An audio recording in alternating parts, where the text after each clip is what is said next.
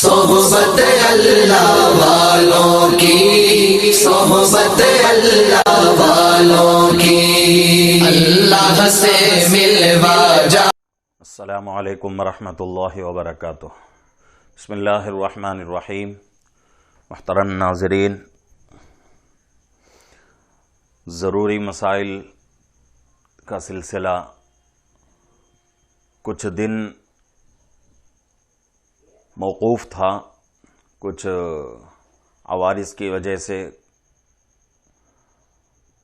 اب پھر ضروری مسائل کا سلسلہ شروع ہونے جا رہا ہے۔ تقریباً درمیان میں ایک مہینے کا وقفہ ہو چکا ہے کہ اس ایک مہینے میں ضروری مسائل آپ تک ہم نہیں پہنچا سکے۔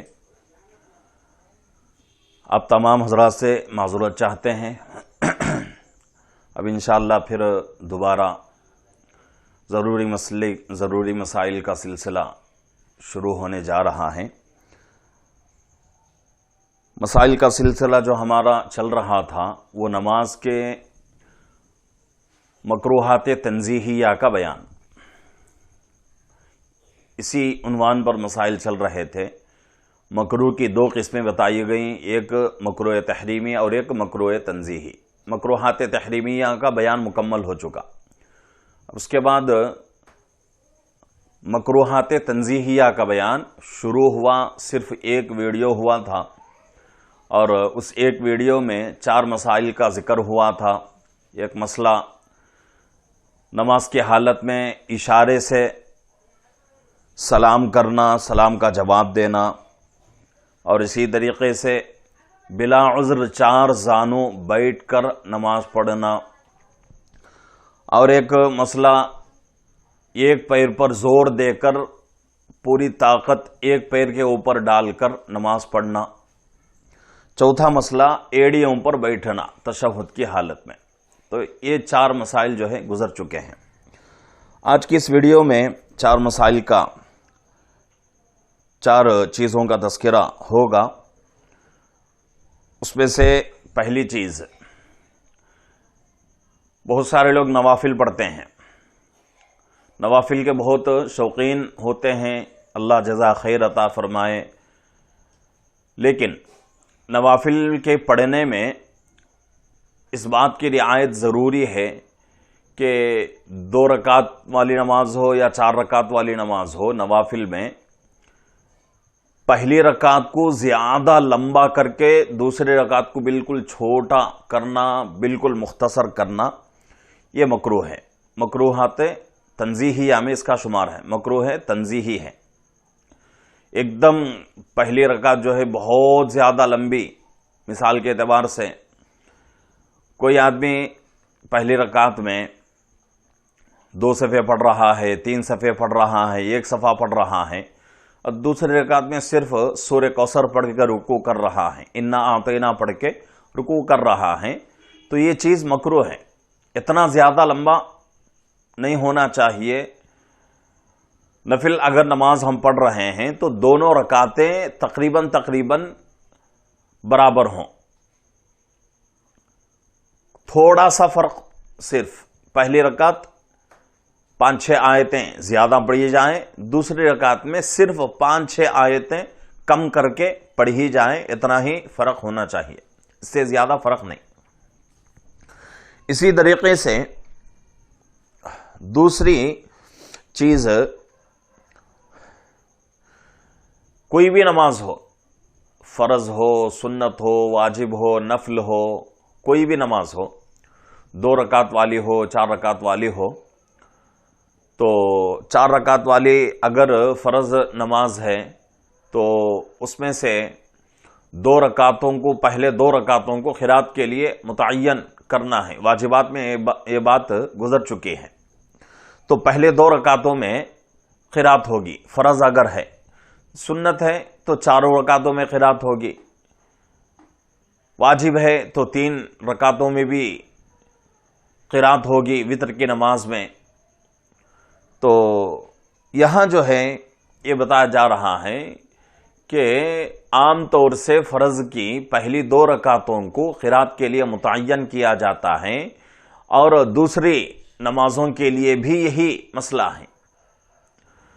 تو اب بات یہ ہے کہ پہلی رکعت کو دوسرے رکعت کے مقابلے میں تھوڑا لمبا کر لیں۔ 4 رکعت والی اگر نماز ہے تو پہلی رکعت کو تھوڑا لمبا کر لے، دوسری رکعت کو پہلی رکعت سے کچھ چھوٹا کرے، تیسری رکعت کو دوسری رکعت سے کچھ مختصر کرے، چوتھی رکعت کو تیسری رکعت سے بھی کم پڑھے۔ یہ جو ہے طریقہ ہے، اور یہ بہترین طریقہ ہے۔ اگر اس کے خلاف کوئی آدمی کر رہا ہے، یعنی کہ پہلی رکعت کو مختصر کر کے دوسری رکعت کو لمبی کر رہا ہے، تو یہ چیز اس کے لیے مکروہ ہے۔ پہلا مسئلہ، اور اس مسئلے میں فرق سمجھنے کی بات ہے، پہلے مسئلے میں بہت زیادہ لمبا، اس کی کوئی حد نہیں۔ میں نے مثال دے کے سمجھائی کہ اگر کوئی آدمی پہلی رکعت میں 2 صفحے 3 صفحے 4 صفحے پڑھ رہا ہے، دوسری رکعت میں آ کے صرف انا اعطیناک الکوثر پڑھ کے رکعت مکمل کر رہا ہے نفل نماز میں، تو یہ چیز اچھی نہیں ہے۔ اسی طریقے سے دوسری بات، فرض ہو، واجب ہو، سنت ہو، نفل ہو، کوئی بھی نماز ہو، پہلی رکعت کو دوسری رکعت کے مقابلے میں لمبا کریں گے، دوسری رکعت کو تیسری رکعت کے مقابلے میں کچھ زیادہ پڑھیں گے، اور چوتھی رکعت بہت مختصر ہوگی، تیسری رکعت اس سے تھوڑا زیادہ ہوگی۔ تو یہ جو ہے ترتیب ہے، اس کے خلاف کرنے سے نماز ہماری مکروہ ہو جاتی ہے، اور یہ مکروہ ہے، تنزیہ ہے، چھوٹا مکروہ ہے۔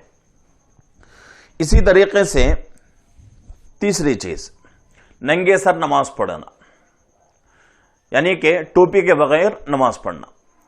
کوئی آدمی ہے باہر سے آیا ہے، یا پھر جو ہے نماز کے وقت بالکل عین جماعت کھڑے ہونے کے بعد کھڑنے کے وقت میں آیا ہے، وہ آدمی جلدی جلدی آ کے نقاب باندھ لیا، اس کے سر پہ ٹوپی نہیں ہے، تو اس سے یہاں جو ہے کوئی مضائقہ نہیں ہے، کوئی جو ہے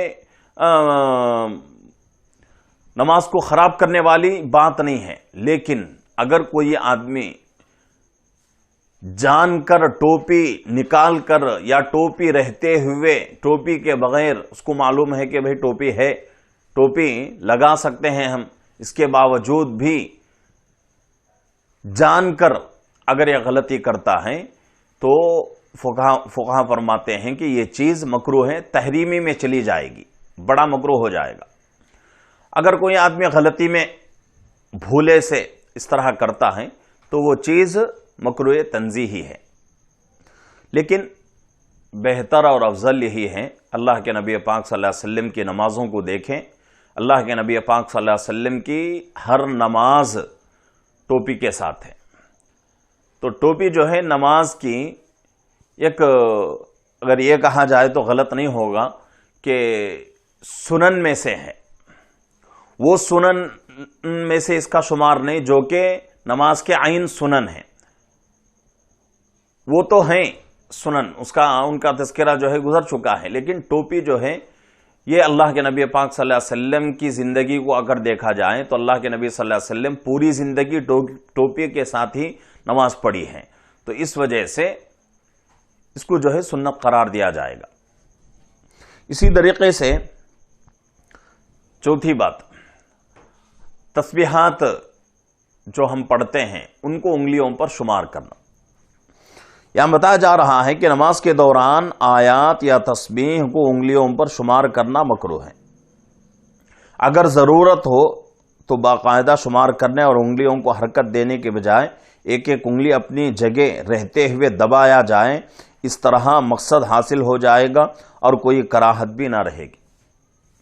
یہاں جو ہے رکوع کی تسبیحات ہیں اور سجدے کی بھی تسبیحات ہیں، ان تسبیحات کو انگلیوں پر شمار کر کے نہیں پڑھیں گے۔ سبحان ربی العظیم، سبحان ربی العظیم، سبحان ربی العظیم، سبحان ربی العظیم، اس طرح جو ہے انگلیوں پر شمار نہیں کریں گے۔ اگر کوئی آدمی شمار کرنا چاہے، اس کو جو ہے شک رہتا ہے، اس کے لیے شمار کرنا بہت ہی ضروری ہے، تو اس آدمی کے لیے گنجائش یہ دی گئی ہے کہ بھئی ہاتھ جہاں ہے وہاں سے انگلیوں کو حرکت نہیں کرے گا، انگلیوں کو ہلائے گا نہیں، اٹھائے گا نہیں، بلکہ جہاں ہے وہیں کیا کرے گا، انگلیوں کو دبائے گا۔ مثال کے اعتبار سے رکوع کی حالت میں ہے، گھٹنے کو پکڑا ہوا ہے آدمی، اب اس طرح سبحان ربی العظیم، سبحان ربی العظیم، سبحان ربی العظیم، سبحان ربی العظیم، سبحان ربی العظیم، یہاں جو ہے شمار بھی ہو رہا ہے، اور شمار جو ہو رہا ہے عمل وہ سامنے والے کو نظر بھی نہیں آ رہا ہے۔ تو اس طرح انگلیوں کو اپنی جگہ میں رکھ کر دبا دینا، یہ جو ہے فقہاء اکرام اس کی گنجائش دے رہے ہیں۔ تو اس آدمی کے لیے ہے جو کہ جس کو شک کی بیماری رہتی ہے، یعنی کہ اس کو یاد نہیں رہتا، 3 مرتبہ میں نے پڑھی ہے، 2 مرتبہ پڑھی ہے، 4 مرتبہ، 5 مرتبہ، 6 مرتبہ، کتنی بار میں نے تسبیحات پڑھی ہیں، تو جس کو یہ مجبوری ہو وہ آدمی اپنی انگلیوں کو حرکت کیے بغیر اپنی جگہ رکھ کر انگلیوں کو جو ہے دباتے رہے، تو اس سے جو ہے شمار بھی پورا ہو جائے گا، گننے کا مقصد پورا ہو جائے گا، لیکن گننے والا جو عمل ہے وہ عمل سامنے والے کو نظر نہیں آئے گا۔ اس سے ہماری نماز میں کوئی کراہت پیدا نہیں ہوگی، نماز ہماری مکمل ہو جائے گی۔ اب یہاں جو ہے ایک دوسری بات عرض کرنی ہے، بات یہ ہے کہ صلاۃ التسبیح کی نماز ہے، صلاۃ التسبیح یعنی تسبیح والی نماز، تو اس میں جو ہے تسبیحات زیادہ ہوتے ہیں، قیام میں بھی، رکوع میں بھی، اور اسی طریقے سے قومہ میں، سجدے میں، جلسے میں، قعدے میں، ہر رکن میں تسبیحات ہوتے رہتے ہیں۔ قیام کی حالت میں 15 مرتبہ پڑھنا پڑے گا، باقی کے جتنے بھی ارکان ہیں ان میں 10 مرتبہ پڑھنا پڑے گا، تو یہ جو ہے آدمی کے لیے مشکل ہو جاتا ہے۔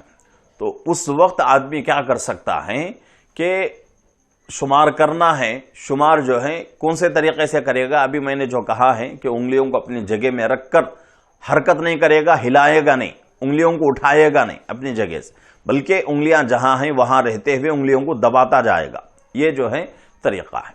اس طریقے سے اگر کریں گے تو نماز بھی ہماری مکمل ہو جائے گی اور ہمارا مسئلہ بھی آسانی سے حل ہو جائے گا۔ ناظرین سے گزارش ہے کہ مسائل کا سلسلہ الحمدللہ شروع ہو چکا ہے، ناظرین جو ہے چینل کی طرف توجہ دیں، جتنے بھی ناظرین ہیں تمام سے گزارش ہے کہ اس چینل کو جو ہے لائک کریں، شیئر کریں، سبسکرائب کریں، چینل کو جو ہے بڑھنے میں مدد کریں، اس سے انشاءاللہ آپ کے نام اعمال میں بھی ثواب آئے گا اور فائدہ جو ہے وہ عمومی طور پہ ہونے لگے گا۔ تو اس لیے تمام ناظرین سے گزارش ہے کہ چینل کو بڑھانے میں مدد کریں۔ اللہ رب العزت سے دعا ہے کہ اللہ رب العزت ہم تمام کو مسائل جو بیان ہو رہے ہیں ان مسائل کے ذریعے سے اپنی عبادتوں کو مکمل کرنے کے اللہ توفیق عطا فرمائے۔ السلام علیکم ورحمۃ اللہ وبرکاتہ۔